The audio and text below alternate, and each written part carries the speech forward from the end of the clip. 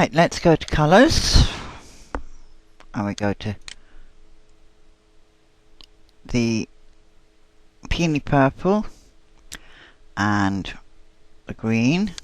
Highlight that, tell those group,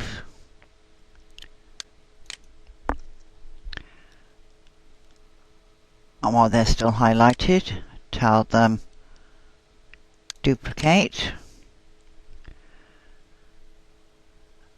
increase the magnification a touch because I want to see where it's going to go, and using my up arrow key, move those up.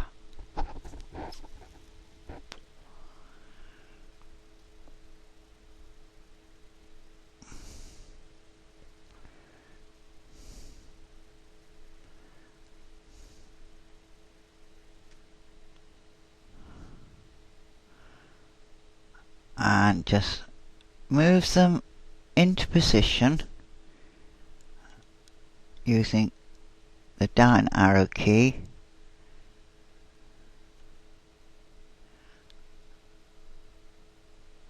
That looks about it, and a little nudge to the left.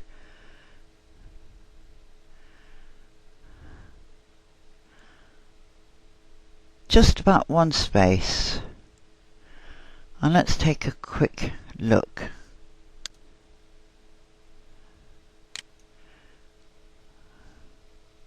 Up to 400.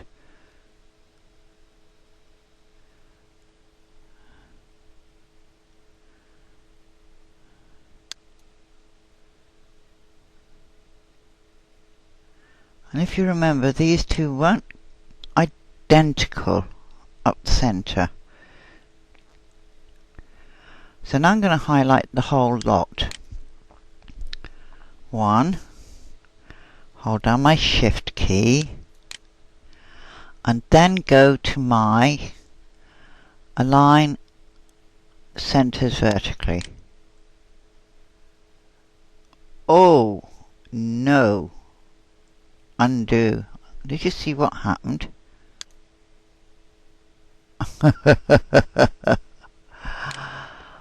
Oh, undo.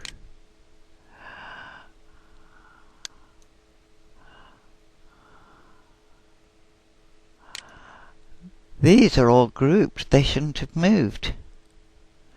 But they did. Let's tell that all stop.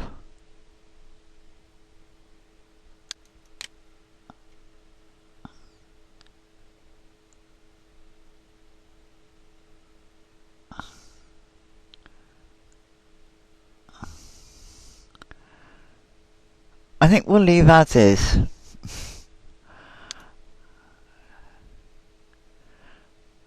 No point in tempting the fates.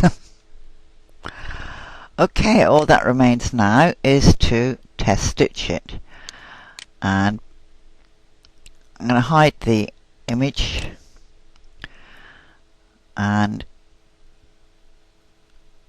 drop it down to 200. Knock it out of simulated stitch mode. Go to slow redraw. Up the speed a bit. Otherwise we'll be sat here until tomorrow. Tell it auto scroll.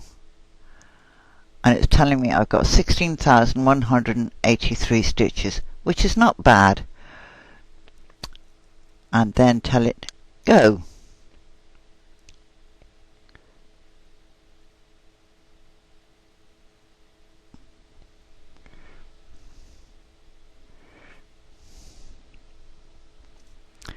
And that first jump is from the center point of the hoop to the first stitch.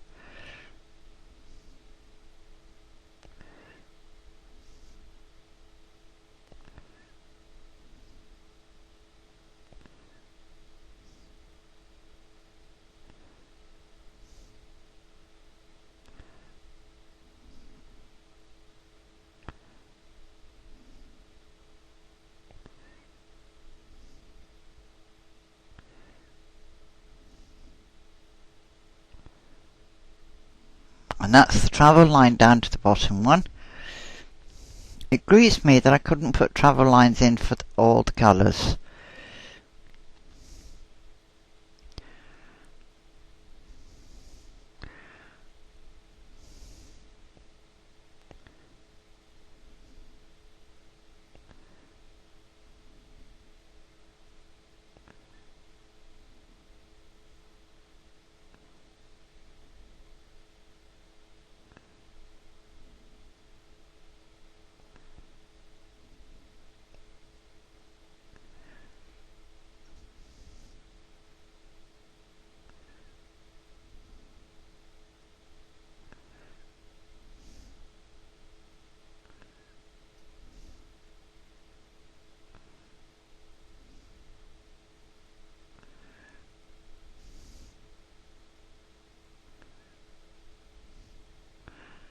I could have done a travel line up through had I gone to the beginning and come back up to here. And then I would only have had the green as a colour jump.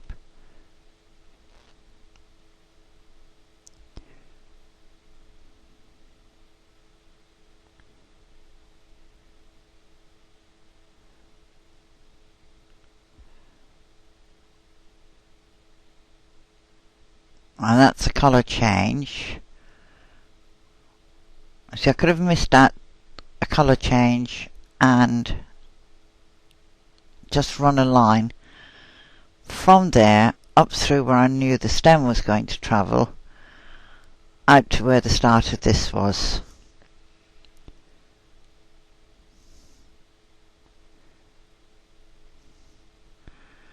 And it wouldn't be too late at this point to do it either.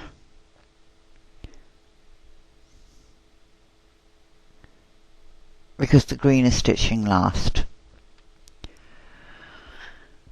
So that would get rid of that horrendous jump that goes from there to there. But we'd still have a jump from this point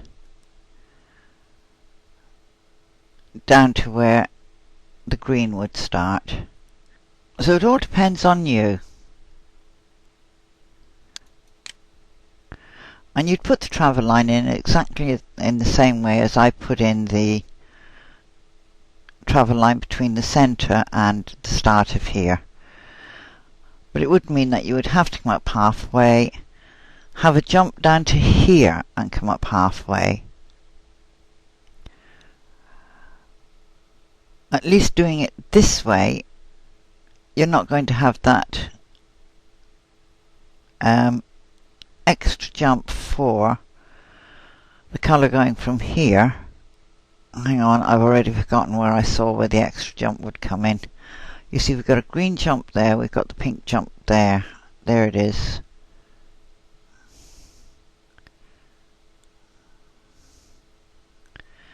But I think that's livable with. It just means you've got to do 2 colour changes for the peony purple, 2 colour changes for the sagey green.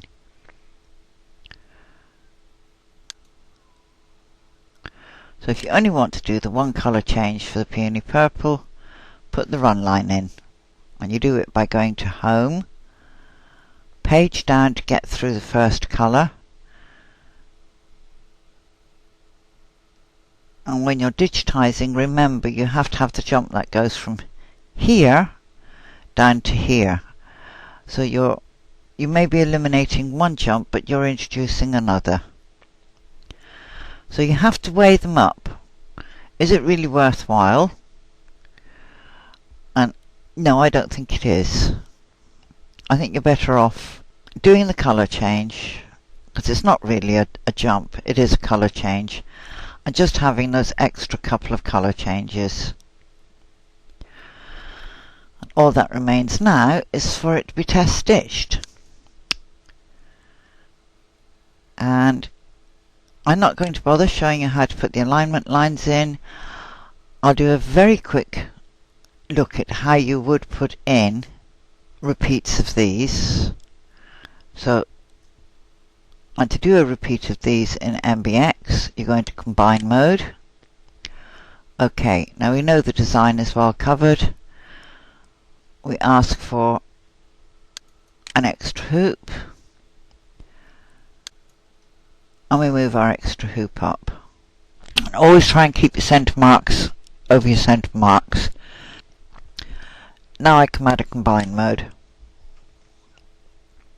I drop my screen, I select all these, I group all of them, group, I then duplicate,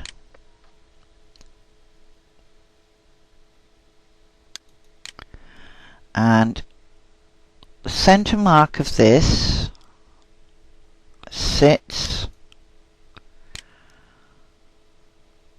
just above, let me blow this up and you can see, just above that leaf. This actually sits on the centre point. So I've got that duplicated. I use my arrow key.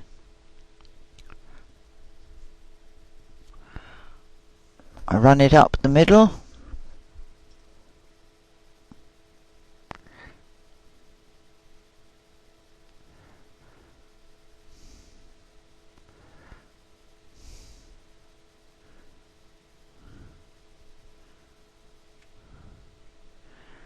Continue that on a bit.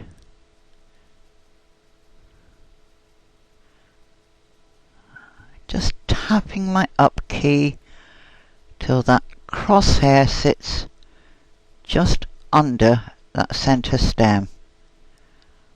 And you can see my hoops are too close together. So I need to take this up until it just clears the one below.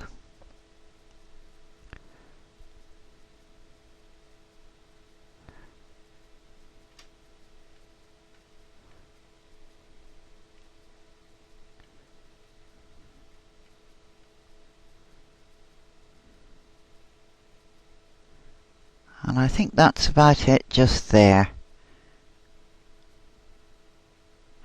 Right. I click off that. I go back into combine mode. And I move this top hoop up into position.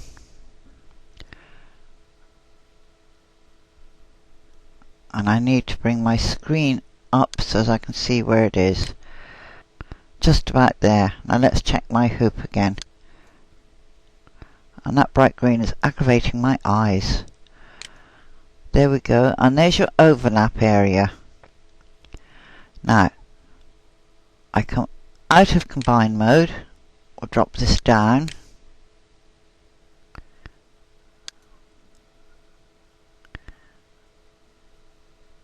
And there's the start of a border.